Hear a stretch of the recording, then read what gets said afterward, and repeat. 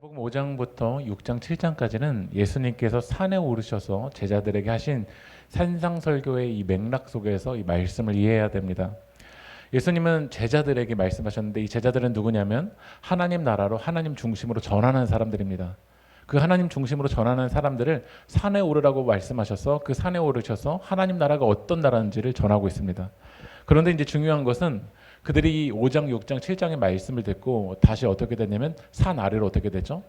내려가야 됩니다. 여러분 산 아래로 우리들이 내려갔을 때 그곳은 어떤 곳이냐면 말씀 읽어볼게요. 마태복음 7장 1절 말씀 우리 같이 한번 읽어볼까요? 시작. 남을 심판하지 말아라. 여러분 선악과를 따먹은 이후의 세상은 하나님이 아닌 자기 자신이 뭘 하냐면 심판을 해버리는 세상입니다. 모든 사람들이 자기가 스스로 재판관, 심판자가 되었습니다. 이 각자의 깨어지고 왜곡된 기준으로 서로를 끊임없이 우리는 뭘 하고 있냐면 평가하고 있습니다. 오늘도 우리는 예배 가운데 하나님이 심판자인데 내가 이 예배 가운데 와서 설교가 어떤가, 찬양이 어떤가, 오늘 찬양 리스트는 어떤가, 진짜 오늘 찬양곡이 내가 모르는 찬양을 하네, 뭘 하고 있냐면 우리들은 심판할 때가 많죠. 가정 안에서도 교회 안에서도 너무 많은 심판자가 있는 것처럼 느껴집니다. 본래 스포츠 경기에서 심판은 몇 명일까요? 몇 명일까요? 네. 스포츠에서 사실 심판자는 한 명이 됩니다. 그런데 실제 경기가 일어나면 관중석에서 벤치에서 다 뭐가 되냐면 내가 맞아 네가 맞아 다 심판자가 됩니다. 그래서 서로 자기 기준이 맞다고 말하니까 요즘 도입되고 있는 시스템은 뭐냐면 VAR이라는 게 있습니다. 이게 비디오 판독이거든요. 요즘 이제 월드컵 이제 얼마 앞두고 있지 않은데 이 월드컵 경기에서도 아마 VAR이 아마 도입될 겁니다. 왜냐하면 누군가가 정확하게 이 부분에 대해서 판단하는 것이 쉽습니까? 어렵습니까? 어려운 일이죠. 그래서 인간의 기준은 다 믿을 수 없기 때문에 VAR을 도입해서 우리들은 정확하게 판단을 하려고 한다는 거죠. 이것처럼 우리는 정확한 심판자가 되지 못하는데 그럼에도 불구하고 우리들은 다 뭐가 되려고 하냐면 심판자가 되어서 너는 이렇다 너는 저렇다라고 판단을 할 때가 많습니다. 이번 우리 정교인 수련회 때 공감 대화를 우리 한 3번, 4번 정도 같이 배웠었는데요. 이제 많이 공감이 되고 계신가요? 아니면 서로 더 판단하고 계신가요? 우리 그 수련회 때 제가 몇 가지 예를 들어드렸는데 너는 맨날 그딴 식이야. 너 항상 그딴 식이잖아. 이 말이 무슨 말이죠? 항상 그딴 식이잖아. 그딴 식이라는 말이 무슨 말일까요? 내가 생각하는 그딴 식과 다른 사람들이 받아들이는 그딴 식이 어떻죠? 다릅니다. 그런데도 내가 생각하는 그 기준으로 넌 항상 그딴 식이야 라고 이야기합니다. 부모님이 자녀들에게 이렇게 이야기합니다. 아직도 핸드폰 하니? 부모님이 생각하는 아직도와 자녀들이 받아들이는 아직도가 어떨까요? 우리 공감대화 하면서 부모님들은 2시간 정도 하면은 아직도 핸드폰 하니? 라고 얘기했지만 우리 자녀들에게는 막 7, 8시간 정도는 해야 아직도 한 거다라고 받아들일 것 같습니다. 그것처럼 우리는 나의 기준으로 다른 누군가를 계속해서 끊임없이 뭘 하냐면 심판하고 있다는 거예요. 그럼 오늘 말씀 다시 한번 읽어볼까요? 마태복음 7장 1절 읽어보겠습니다. 시작.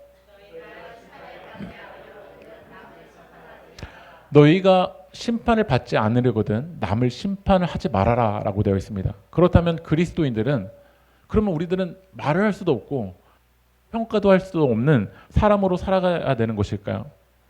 오늘 이 말씀을 통해서 이제 하나님 아들 예수님이 이제 산에서 내려가는 제자들에게 너희는 심판을 받지 않으려거든 남을 심판하지 말아라 라고 되었는데 오늘 말씀을 통해서 과연 이 세상에 살아가는 우리는 어떤 심판을 생각해야 되고 무엇이 우리 심판의 기준이어야 되는지 오늘 말씀을 통해서 나눠보려고 합니다. 저는 오늘 말씀을 통해서 먼저 여러분들에게 물어보고 싶은 건 이거예요. 여러분의 심판이 정확한가? 세상에서도 우리의 심판이 정확하지 않기 때문에 VAR을 도입하는데 여러분의 심판의 기준은 과연 정확한가? 오늘 성경 여러분 가운데 물어봅니다. 하나님은 이 세상을 창조하시고 아담과 하와에게 말씀하셨죠. 선악과를 따먹지 말라라고 말씀하셨어요. 선하고 악한 것을 판단하실 수 있는 유일하신 분은 누구십니까? 여러분 믿으십니까? 여러분의 인생에 선하고 악한 걸 판단하실 수 있는 유일하신 분은 내가 아니라 누구시죠? 하나님이라는 거예요. 그런데 아담과 하와가 선악과를 따먹었다라는 건 선하고 악한 걸 누가 판단하겠다라는 거죠? 내가 판단하겠다라는 거예요. 여러분 좋은 사람이 누굽니까? 좋은 사람이. 맞아요. 우리 김윤혜 씨 말씀하셨지만 나한테 잘하면 좋은 사람이에요. 뭐 교회 가고 뭐 손으로 묵상 10번 해도 나한테 잘못하면 어떤 사람이죠? 나쁜 사람입니다. 그러니까 우리는 선하고 악한 걸 판단하는 그 기준이 내가 되어 있고, 이 나는 매우 이기적이고 매우 중심적인 내가 심판자가 되어서 누군가를 판단하고 있다라는 거예요. 지난주에 선거가 있었죠. 선거를 하면서 우리나라 이번에 초유의 사태가 벌어졌습니다. 그건 뭐냐면 투표소에 투표 용지가 없는 일이었습니다. 저도 선거 방송을 봤는데 이 선거 방송이 막 그 진행 중에서 어떤 분들은 이렇게 얘기했습니다. 이거 선거 무효다. 이거 다시 선거 재선거해야 된다라고 했습니다. 근데 막상 선거 결과가 나와서 그분이 당선되니까 언제 그랬냐는 듯이 선거 무효는 아니다. 그런 말은 하지 않고 이제 그 선거관리위원회 다시 한번 이게 재조사해야 되고 정확하게 이제 검사해봐야 될 것 같다라고 이야기합니다. 그러니까 우리 기준이 이것처럼 내 이익에 따라서 얼마나 왔다 갔다 하는지 모릅니다. 우리는 세상을 바라보면서 정말 많은 수많은 심판을 합니다. 그런데 과연 우리의 눈이 정확하냐고 성경 물어봅니다. 말씀 읽어볼까요? 마태복음 7장 5절 읽어보겠습니다. 시작. 먼저 네 눈에서 들보를 빼내어라. 그래야 네 눈이 잘 보여서 남의 눈 속에 있는 티를 빼줄 수 있을 것이다. 우리는 계속해서 남의 티를 빼려고 합니다. 그런데 우리의 눈에 먼저 뭐가 있다라고요? 들보가 있다라는 거예요. 들보는 기둥과 기둥을 연결하기 위해서 지붕의 무거운 하중을 떠받치는 아주 두꺼운 나무예요. 근데 그 두꺼운 나무가 여러분의 눈에 들어가 있는 거예요. 그리고 그 들보를 통해서 누군가를 보기 때문에 남의 티가 어떻게 보이죠? 너무 커 보인다라는 거야.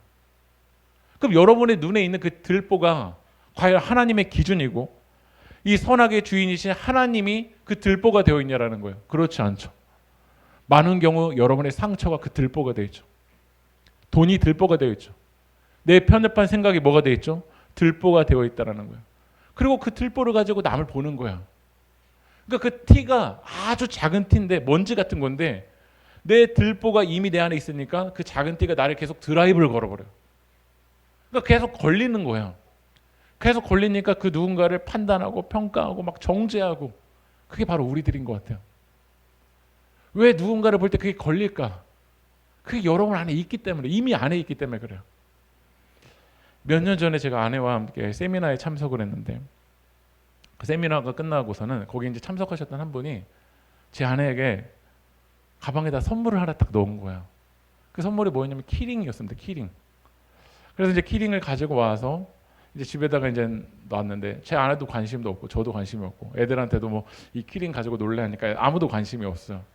그래서 이제 몇 달을 이제 그 키링이 이제 저희 그 거실에 있다가 이제 집을 정리하면서 그 키링을 버렸습니다.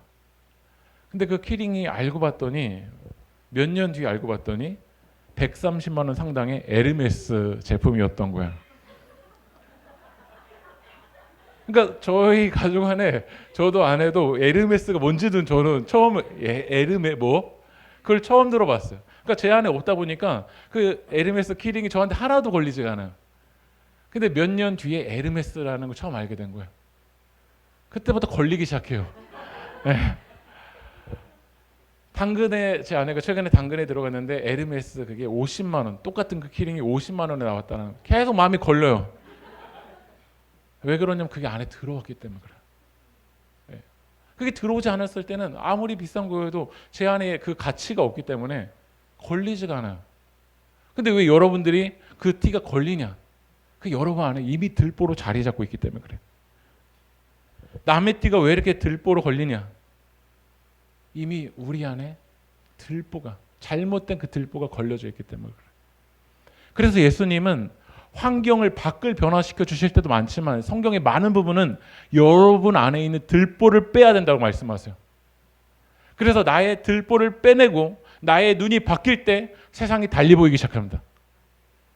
그래서 하나님은 밖을 변화시키기보다 먼저 누구를 변화시키기 원하시냐면 여러분 안에 있는 들보부터 빼내기 원하신다라는 거예요. 근데 우리는 말씀과 삶을 하면서 나의 안에 있는 들보를 빼내려고 하지 않고 남의 티는 그렇게 크게 보면서 빠르게 평가하고 있죠. 말씀 읽어볼까요? 로마서 14장 10절 말씀 읽어보겠습니다. 시작.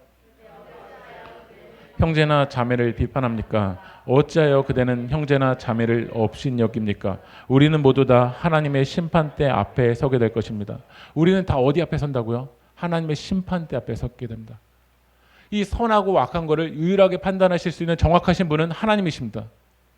그런데 성경은 뭐라고 말하냐면 당신이 자기가 그 판단자가 되어서 형제자매를 뭐하고 있죠?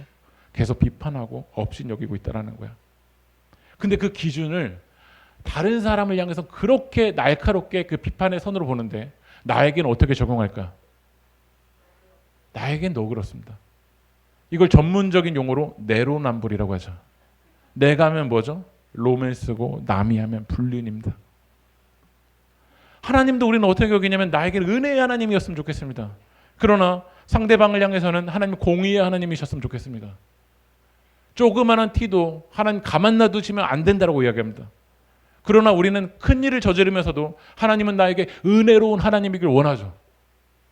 그 기준이 하나님입니까? 나입니까? 결국 나이죠. 우리가 누군가를 비판하고 판단할 때 손가락 하나를 가리키면 나머지 손가락 세 개는 누구를 가리키죠? 나를 봐야 됩니다. 그래서 하나님의 사람들은 누군가를 비판하기 전에 먼저 나를 성찰하고 나를 돌아봐야 됩니다. 윤동주는 뭐라고 이야기했냐면 잎새이는 바람에도 나는 뭐 했다고요? 괴로워했다. 한번 따라해볼까요? 잎새이는 바람에도 나는 괴로워했다. 여러분 누군가의 그 티를 비판하고 비난하기 전에 먼저 여러분 자기 자신을 보면서 잎새이는 바람은 아주 작은 바람입니다. 약한 바람이에요. 그런데 그 약한 바람에도 우리 하나님의 말씀의 그 심판 때 나를 돌아보면서 여러분 괴로워하고 있는 마음이 있나요? 우린 그렇지 않다라는 거야.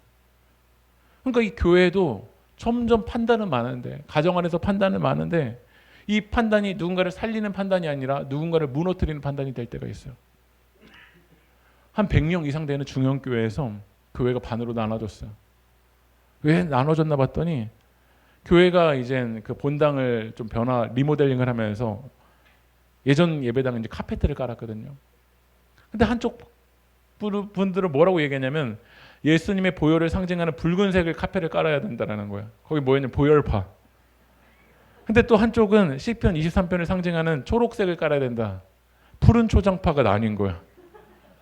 푸른 초장파가 한쪽, 그다음에 보혈파 한쪽. 여러분 빨간색을 깔았기 때문에 주님의 보혈이 흐르는 겁니까? 초록색 카펫을 깔았기 때문에 이곳이 푸른 초장이 되는 겁니까? 하나님이 주인이 되실 때 푸른 초장이 되는 거죠. 주님의 십자가 사랑이 있을 때 보혈이 흐르는 거죠. 그런데 그 주님의 십자가 사랑에는 관심이 없고 하나님이 주인 되시는 것에는 관심이 없고 어떤 초록색과 어떤 빨간색이 우리 안에 기준이 되어 있어요. 이게 우리 세계교회 안에는 어떤 모습일까? 과연 우리가 불편하고 우리가 화가 나는 이유가 하나님의 그 본질 때문에 진리 때문입니까? 우리 그렇지 않을걸요. 나의 심판대 위에 그 일을 계속 올려놓는 거야. 하나님의 언제 그 영혼을 여러분의 심판대 위에 올려놓으라고 하신 적이 언제입니까? 우리는 나의 심판대 위에 올라가는 것이 아니라 하나님의 심판대 앞에 설 사람들이죠. 그런데 우리는 나의 심판대를 점점 더 확장시키면서 나아갈 때가 많은 것 같아요. 다시 한번 말씀 읽어볼까요? 마태복음 7장 1절 읽어보겠습니다. 시작. 여러분 다시 한번 말씀드리지만 교회는 그러면 비판하지 말아야 될까요? 우리가 문학을 볼 때 문학 비평이라는 거 하지 말아야 될까요? 저는 신학 공부할 때 성서 비평이라는 학문도 배웠거든요. 비판은 필요합니다. 예수님도 바리새인과 서기관들 어떻게 했죠? 신랄하게 비판했어요. 그런데 오늘 7장 1절에서 말하는 게 비판이라는 단어는 헬라어로 한번 따라보겠습니다. 크리노. 크리노라는 단어는 어디서 쓰이는 단어냐면 법정에서 쓰이는 단어입니다. 그러니까 법정에서 검사가 누군가를 정죄하기 위해서 피고인을 정죄하기 위해서 쓰이는 단어가 바로 크리노라는 단어입니다. 그러니까 이 심판할 때는 누군가를 살리기 위해서 쓰이는 게 심판이 아니라 누군가를 죄를 가둬버리기 위해서 다시 한번 말하면 누군가를 무너뜨리기 위해서 이 크리노라는 단어를 쓸 때가 많아요. 한번 넘겨주시면요. 존 스토튼 목사님은 산상수훈이라는 책에서 이렇게 얘기해요. 한번 같이 읽어볼까요? 시작. 건강한 비판은 누군가를 살릴 수 있습니다. 그런데 많은 사람들이 하는 비판은 어떤 비판이냐면 검열과 같은 비판을 하는 거예요. 여러분 교회 안에서 우리 세계교회는 누군가를 살리는 비판을 하고 있습니까? 검열관, 이거 틀렸나 안 틀렸나? 그 선이 누군가를 살리고 있습니까? 죽이고 있습니까? 가정 안에서 살렸냐 틀렸냐? 넘어갔나 안 넘어갔냐? 어떤 비판하고 있냐면 검열과 같은 비판하고 있습니다. 그러니까 이 검열과 같은 비판이 누군가를 살리지 않고 누군가를 죽이고 있다는 거예요. 그래서 우리는 비판을 할 때 목적을 분명히 해야 됩니다. 이게 누군가를 살리고 있는가, 누군가를 죽이고 있는가. 그럼 돌아가신 오카는 목사님 설교를 들어보면요, 지금도 거의 90%가 계속 혼나요. 그러니까 설교 내용이 계속 혼나요. 계속 혼나. 근데 90%의 그 혼을 나면서도 그 혼나는 것 때문에 변화가 되고 그 목사님이 하신 말씀으로 막 이제 살고 싶어요. 제가 그 말씀을 지금 들어도. 왜냐하면 그 설교의 토대에는 정말 영혼을 사랑하는 마음이 그 안에 깔려 있어요. 광인이라고 얘기하거든요. 별명을 오카는 목사님은.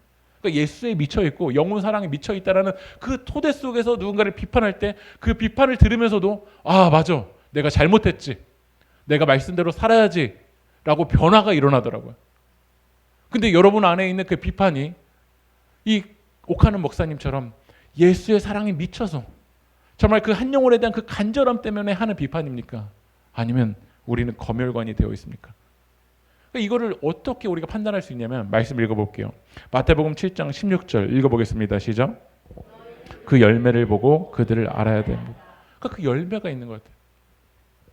말씀과 삶 속에서도 어떤 인도자가 하면서 이끌어가면서 정말 그 비판 속에서 막 사람들이 살아날 수도 있고, 반대로 시간이 지났는데도 그 비판과 판단의 선 때문에 누군가는 계속 죽어갈 수도 있는 것 같아요. 그럼 우리는 그 열매를 보고 알아야죠. 내가 지금 검열관으로 서 있는가, 아니면 누군가를 살리는 사람으로 서 있는가. 저의 목회도 마찬가지인 것 같아요. 제가 매주 설교를 하면서 누군가를 계속 지적을 하고 있는데 누군가를 계속 죽여가고 있는 건가? 이 검열관이 된 설교자인 건가? 아니면 한 영혼을 살리고 있는 설교자인가? 우리 계속 돌아봐야 되죠. 입새이는 바람에도 괴로워하는 마음으로 누군가에게 한마디를 하기 전에 먼저 손가락 세 개는 나를 가리키면서 내가 정말 이 하나님의 심판대 앞에서 나는 어떻게 서 있는지를 봐야죠. 그럴 때 생명의 열매가 맺혀지는데 나는 하나도 돌아보지 않고 누군가의 티만 그렇게 크게 보고 있다는 거예요. 세계적인 베스트셀러 목적이 이끄는 삶의 저자인 릭 워렌 목사님이 세들백 교회를 이제 목회하시다가 아들에게 이제 문제가 일어난 거야. 27살 아들 매튜가 오랜 시간 동안 우울증이 있었어요. 그래서 교회 안에서 수많은 이제 뭐 심리학자든지 상담가도 막 접근하고 또 정신과 의사도 하고 교회에서 막 수십 명이 막 기도를 하고 이 목사님 아들을 위해서 기도했는데 결국 이 아들 매튜가 오랜 우울증 끝에 목숨을 끊었어요. 그러니까 이 목사님이 베스트셀러 저자이기 때문에 이 목사님의 책을 통해서 많은 사람들이 영감도 얻었겠지만 많은 사람들이 이 목사님 판단할 거거든요. 근데 이 아들 매튜가 우울증으로 자살했을 때 아마 수많은 사람들이 아마 난도질하기 시작했을 거야. 목적이 이끄는 삶? 결국 네 아들 죽었잖아 라고 이렇게 판단하고 정죄했다라면 아마 이 목사님이 마지막까지 이 목회 여정을 가기 힘들었을 것 같아요. 근데 목사님은 뭐라고 이야기하냐면 자기가 그 힘든 시간을 어떻게 이겨놨냐라고 말하면 교회 안에 있는 자기 소그룹이라는 거예요. 소그룹이 나를 지켜줬대요. 그 소그룹 안으로 들어갔었을 때 저는 상상해 본데 그 소그룹 안에서 이 아들이 죽었는데 제가 무슨 사는 의미가 있겠어요. 저 죽어야 될 거예요 라고 이렇게 얘기했었을 때 아마 소그룹원들이 그러면 안 돼요. 목사님 생명을 보세요 라고 정확한 판단을 해줬을 거예요. 하지만 이 판단이 검열관처럼 목사가 왜 저래? 목사의 아들은 왜 저래? 목사의 가정은 왜 저래? 라고 검열관 같은 판단자로 이 소그룹원들이 있었다면 이 목사님은 그 시간을 못 견딜 거라고 생각합니다. 우리 세계교회 말씀과 삶은 검열관 같은 판단자로 있는 게 아닙니다. 우리는 말씀과 삶을 통해서 성령의 열매를 맺길 주님의 이름으로 축복합니다. 한 교회에서 요즘 이제 교회들이 점점 야성이 점점 막 사라지잖아요. 예전에는 철야 기도가 제가 첫 도세 때도 이야기했지만 11시 시작해서 몇 시에 끝나면 새벽 2시 그리고 새벽 2시에 끝나면 새벽 5시까지 거 기다렸다가 그 새벽 기도까지 이어서 하는 게 철야 기도였던 거예요. 근데 요즘은 이제 금요 기도회. 저희 교회도 이제 8시부터 시작하는데 설교 끝나면은 막상 금요 기도회잖아요. 이제 기도 막 해야 되는데 이제 피곤해서 말씀 들으면 이제 가고 싶은 마음이 우리 안에 있잖아요. 그래서 그 교회가 한 교회가 이제 우리 야성을 회복하자라고 해서 한 번은 11시부터 우리 2시까지 한번 교인들 다 모여서 기도하자라고 이제 목사님이 이제 선포하고 성도님들 모인 거야. 그래서 장로님, 뭐 권사님, 집사님들이 모였는데 11시부터 이제 말씀 듣고 이제 기도 막 들어갔는데 너무 피곤하잖아요. 그러니까 이제 새벽 1시 되니까 뭐 앞에 장로님, 권사님, 집사님 뭐 다 졸고 있더래요. 근데 저 뒤에서 한 성도님이 이제 기도를 하는 거예요. 뭐라고 기도하냐면, 하나님, 저기 앞에 명색이 장로님이고 집사님인데 우리 교회 저 모양이니까 하나님 얼마나 민망하십니까? 라고 막 기도했던 거예요. 근데 하나님께서 뭐라고 응답하셨냐면, 너 그렇게 깨워서 남 흉 볼 거면 당장 너도 자라 라고 응답해 주셨다라는 거예요. 그 이야기를 들으면서 우리의 신앙생활 하는 게 얼마나 우리는 하나님이 심판자인데 우리들이 그 심판의 자리에 올라가서 판단하고 있지 않을까. 그리고 그 판단은 누군가를 살리고 있는가를 생각해 보게 됩니다. 이번에 우리 7월 달에 단기 선교를 갑니다. 선교를 헌신하고 준비하는 거 전적인 하나님의 은혜이고 아니면 하나님의 특권일 겁니다. 그러나 자칫 잘못하면 저 이렇게도 생각할 수 있는 것 같아요. 내가 단기 선교를 가는 게 새길교회의 영적 우월감이 되고 그거 자체가 내 신앙의 정체성이 돼버리면 이건 큰일 나는 일이에요. 우리가 단기 선교를 가는 거 그리고 단기 선교를 갔기 때문에 누군가를 왜 안 가지? 이걸로 평가하고 있다면, 심판석 자리에 앉아 있다면 오히려 이 단기 선교는 우리 새길교회 하나님의 영광을 드러내는 통로가 아니라 오히려 막는 도구가 될 줄 모릅니다.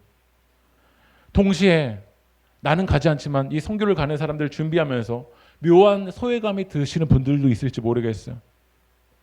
그 소외감 때문에 진짜 돈 들여서 뭐 저렇게까지 유난스럽게 가야 되나, 지금 한국도 선교해야 될 곳인데 어디 뭐 태국으로 가나, 이런 마음이 드시는 분도 있을지 모르겠어요. 그럼 우리 교회는 하나님의 영광을 드러내는 그 선교의 통로가 아니라 나의 그 심판이 하나님의 일하심을 막아버린다라는 거야. 그래서 우리는 가는 사람이든지 안 가는 사람이든지 다 은혜의 여정 가운데 있어야 될 줄 믿습니다. 가는 사람도 가지 않는 사람도, 보내는 사람도 선교사이고 가는 사람도 선교사이고, 모두 다 우리는 하나님의 그 선교적인 마인드로 갈 때 하나님께서 일하여 주실 줄 믿습니다. 모두 다 자신의 무가치함을 쌓은다라는 그 드라마에 황동만이 나오는데요. 황동만은 20년 동안 영화 감독으로 데뷔를 하지 못합니다. 그래서 친구들이나 선후배가 영화 감독으로 데뷔를 하면 뭐를 하냐면 계속해서 이제 세상 용어로 이렇게 씹는 거예요. 평가를 계속하는 거예요. 영화가 왜 이러냐, 시작이 왜 이러냐, 왜 마감은 이러냐 라고 이야기하는 거예요. 왜냐하면 그러면서 자기의 존재 가치를 계속해서 지키고 싶은 거죠. 그런데 이 영화에서 9화의 오프닝 씬이 이래요. 사자가 저 철장 안에 갇혀 있을 때 사람들이 이렇게 이야기한다는 거예요. 저 사자는 코스염이 틀렸네, 너무 늙어 보이네, 뭐 늙어 보이고 어쩌고 저쩌고, 이 철장 안에 갇혀 있을 때 수많은 평가를 한다라는 거예요. 근데 막상 호랑이가 이 철장을 부수고 밖으로 나와서 자신을 대면하게 되는 순간 속에서는 어떨까? 우리는 대면했을 때는 아무 말도 하지 못하고 도망가는 우리들이 이 철장 안에 갇혀있는 사자에게는 코스염이 어떻네, 너무 늙어 보이네. 그리고 우리는 하나님의 말씀 앞에 직면하기보다 다 이 철장 안에 가둬있는 뭔가를 보면서 우리는 평가할 때가 많죠. 마태복음 7장 6절 말씀 읽어볼까요? 시작. 그에게 주지 말고 너희의 진주를 돼지 앞에 던지지 말아라. 그들이 발로 그것을 짓밟고 되돌아서서 그것을 물어뜯을지도 모른다. 오늘 하나님이 비판을 무조건 하지 말아라 라고 말씀하셨다면 이 7장 6절의 말씀은 나오지 않았을 겁니다. 그런데 우리가 누군가를 비판하고 누가 건강한 비판할 때 비판을 받는 사람을 봐야 된다는 거야. 근데 이 거룩한 것을 이 야생의 개나 야생의 이 돼지에게 주면 어떻죠? 진주가 그걸 받아들이는 게 아니라 어떻죠? 짓밟고 되돌아서서 아마 너희를 물어뜯을지도 모른다라는 거야. 그러니까 이 비판을 받아들이는 사람이 어떠한 수준에 올라와 있는지를 봐야 된다라는 거야. 오늘 이제 말씀을 들으니까 저에게는 이제 아무도 에르메스 이제 선물 주나 봐라 이제 라고 생각하시겠죠. 저한테 주지 마십시오. 그러니까 이게 그 가치에 대해서 모르고 있는 자에게 우리들이 하는 말은 오히려 그 비판이 누군가를 살리지 못할 때가 있는 거예요. 고린도 교회 수준이 그랬습니다. 이 젖에서 단단한 음식을 먹어야 되는데 젖만 먹고 있는 거야. 그러니까 이 젖만 먹고 있는 신앙의 수준의 사람에게 단단한 음식을 주면 오히려 그 단단한 음식이 그 영혼을 살리지 못할 때가 있죠. 그래서 우리는 그 영혼이 이제 영적인 아기에서 자라나도록 뭘 해야 될까요? 마태복음 7장 6절에서 딱 7절로 넘어가면 하나님 이렇게 명령하세요. 말씀 읽어볼까요? 7절 읽어보겠습니다. 시작. 그리하면 하나님께서 너희에게 주실 것이다. 찾아라. 그리하면 너희가 찾을 것이다. 문을 두드려라. 그리하면 하나님께서 너희에게 열어주실 것이다. 뭐 하라는 거죠? 기도하라는 거예요. 한번 따라해 보실까요? 비평보다 기도, 심판보다 기도. 여러분 심판하기 전에 먼저 기도합시다.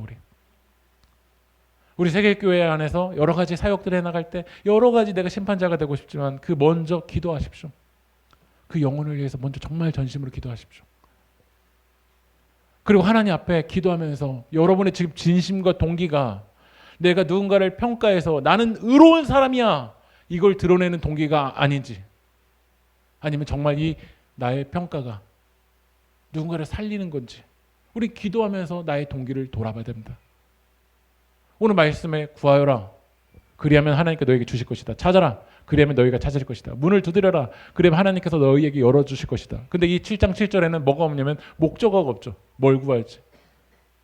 그러니까 우리는 7장 7절의 말씀을 오해해서 내가 구하고 싶은 거를 또 구합니다. 하나님 에르메스를 주시옵소서. 에르메스 키링 저는 잘 간직할 수 있습니다. 주시옵소서. 자기가 원하는 목적을 넣었죠. 그런데 우리가 마태복음 6장을 다시 볼게요. 33절 같이 한번 읽어볼까요? 시작. 하나님의 의를 구하여라. 그리하면 이 모든 것을 너에게 더하여 주. 하나님이 우리 가운데 구하기 원하시는 건 뭐냐면 하나님 나라와 하나님의 의입니다. 나의 심판에 편협한 그 기준이 아니라 내가 하나님의 자리에 올라와서 내가 주인 되어 있는 그 심판자가 아니라 하나님 나라의 기준을 나에게 주십시오. 하나님 나라에서 옳고 그름을 나에게 주십시오. 그러면 그 기준이 바로 세워져 있는 하나님이 주인 되는 그 인생 가운데 하나님이 마지막 남은 것들은 다 채워주신다는 거예요. 먼저 우리가 해야 될 건 기도입니다. 하나님의 나라의 기준을 주십시오. 하나님의 의를 주십시오. 저는 세계교회가 이런 교회가 되었으면 좋겠어요. 이제 이번에 월드컵 경기가 나가는데요. 축구 경기에서 요즘 감독이 어떤 역할을 맡겨줄 때가 있냐면 플레잉 코치라는 게 있습니다. 이제 베테랑 선수가 너무나도 좋은 그런 기준들이 있거든요. 그래서 그 베테랑 선수에게 너 경기장에서의 그 감독, 플레잉 코치가 되어달라는 거예요. 플레잉 코치는 뒤에 있지 않습니다. 같이 뜁니다. 같이 뛰어요. 같이 뛰면서 좋은 기준을 이야기해 주는 거야. 그럴 때 같이 살아요. 근데 우리 세계교회 안에 플레잉 코치가 없고 다 감독처럼 다 뒤에서 밖에서 네가 이걸 했네 안 했네 모두가 감독되어 보십시오. 우리 교회가 어떤 방향으로 가는가. 교회의 감독은 예수님 한 분이면 충분합니다. 우리는 감독 대신 예수 그리스도를 통해서 훈련받은 뭐가 돼야 되냐면 선수가 돼야 됩니다. 그러니까 이 선수가 같이 뛰어줘야 돼요. 같이 뛰어주는 거예요. 이 호수공원 갈 때 저 밖에서가 아니라 앞에서 끌어주는 거예요. 조금 더 힘을 내자. 좀 더 할 수 있다. 그 플레잉 코치 역할을 통해서 여러분의 가정이 하나님 나라의 기준으로, 우리 교회가 하나님 나라의 기준으로 일어나길 주님의 이름으로 축복합니다. 우리 함께 찬양하며 주님 앞으로 나아갑시다.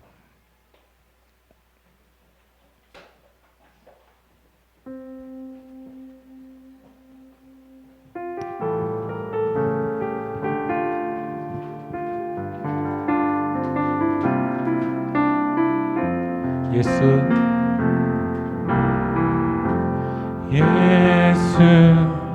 흠도 죄도 없는 당신이 깊이 감추 저든 내 죄로 인하여 하나님의 어린 양, 하나님의 어린 양 속죄의 제물 되어 저주받은 나무에 달리셨네.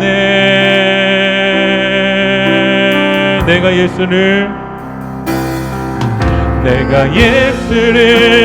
당신을 부인했으. 내가 예수를 당신을 못 박았습니다. 당신이 행하신 일 모든 약속을 다 잊고 십자가에 예수를 매달아. 내가 예수를 당신을 부인했습니다. 내가 예수를 당신을 못 박았습니다. 나의 모든 죄를 지고 아버지께 인도하시는 내가 예수를 못 박았습니다.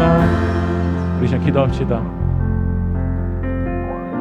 우린 세상 속에서 저 사람이 예수를 못 박았습니다, 저 사람이 예수를 부인했습니다, 남의 티를 보며 우리가 심판 자리에 서서 저 사람이 예수님을 못 박았습니다 라고 우리가 판단자에 서 있습니다.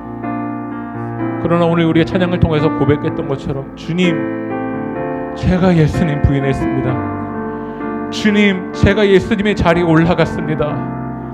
주님, 제가 예수님 부인했습니다. 누군가를 판단하기 전에 주님, 저를 돌아볼 수 있는 눈을 열어주시옵소서. 오늘 저의 눈을 바라볼 때 제 안에 있는 그 들보로 누군가를 정죄하고 비난하고 누군가를 가두고 있는 것이 바로 저의 입술입니다. 오늘 시간 주님, 우리 가운데 우리를 불쌍히 여겨주셔서 우리 중심에 있는 들보를 꺼내어 주시옵소서. 주님, 이 들보를 깨뜨려 주시옵소서. 오늘 십자가 사랑으로 주님의 눈을 열어달라고 우리 다 함께 기도해 나가겠습니다. 기도합시다. 주여 아버지 하나님, 우리의 눈을 열어주십시오. 주님, 제가 주님을 부인했습니다. 주님, 제가 주님을 못 박았습니다. 하나님의 그 약속을 다 잊고 아버지 하나님 나아갔습니다. 주님, 저의 눈을 다시 한번 회복하여 주셔서 하나님, 저희가 이 심판자에 서 있는 저를 내려놓게 도와주십시고, 예수님이 다시 우리 가정의 주인 되어주시고, 예수님이 우리 세계교회 주인 되어주셔서 우리가 심판하는 자가 아니라 아버지 하나님 함께 걸어가는 자가 되게 도와주시고, 먼저 그의 나라와 그의 의를 구하는 자가 되게 도와주시고, 누군가를 비난하고 평가하기 전에 그 한 영혼을 위해서 우리가 전심으로 기도하는 자가 되어지길 원합니다. 정말 하나님, 우리가 누군가를 평가하고 판단하기 전에 그 영혼을 위해서 정말 얼마나 전심으로 기도했는지, 얼마나 그 영혼을 위해서 눈물을 흘렸는지 돌아볼 때 우리는 기도하기보다 또 아버지 하나님 판단자로만 없었던 우리의 모습을 주 용서하여 주시옵소서. 하나님, 오늘 시간 주님 이 찬양을 통해서 고백합니다. 내가 예수를 부인했지만 오늘 시간 다시 예수님을 바라보기 원합니다. 다시 예수님을 사랑하기 원합니다. 아버지 하나님, 주님이 행하신 일, 그 흔들리지 않는 사랑, 그 주님의 약속 붙들고 다시 걸어갈 수 있도록 성령 하나님 우리를 붙잡아 주시옵소서. 하나님 인도하여 주시옵소서. 하나님, 제가 선악과를 따먹은 심판자입니다. 수도 없는 이 잘못된 편협한 그 기준으로 판단하고 평가하고 누군가를 정죄하였습니다. 그 정죄의 동기에는 누군가를 살리는 것보다 나의 의를 드러낼 때가 너무나도 많았습니다. 주님, 용서하여 주십시오. 누군가를 비난하기 전에 주님, 먼저 우리가 그 한 영혼을 위해서 간절하게 기도하는 사람이 되길 원합니다. 주님, 먼저 나라와 그의 의를 구합니다. 저의 편협한 기준을 깨뜨려 주시고 정확한 기준인 하나님 나라와 하나님의 의를 우리 가운데 회복하여 주시옵소서. 그 주님의 은혜를 사모하며 오늘 주님의 성찬으로 나아갑니다. 주님의 은총을 우리 가운데 부어 주시옵소서. 이 모든 말씀 예수님의 이름으로 기도합니다.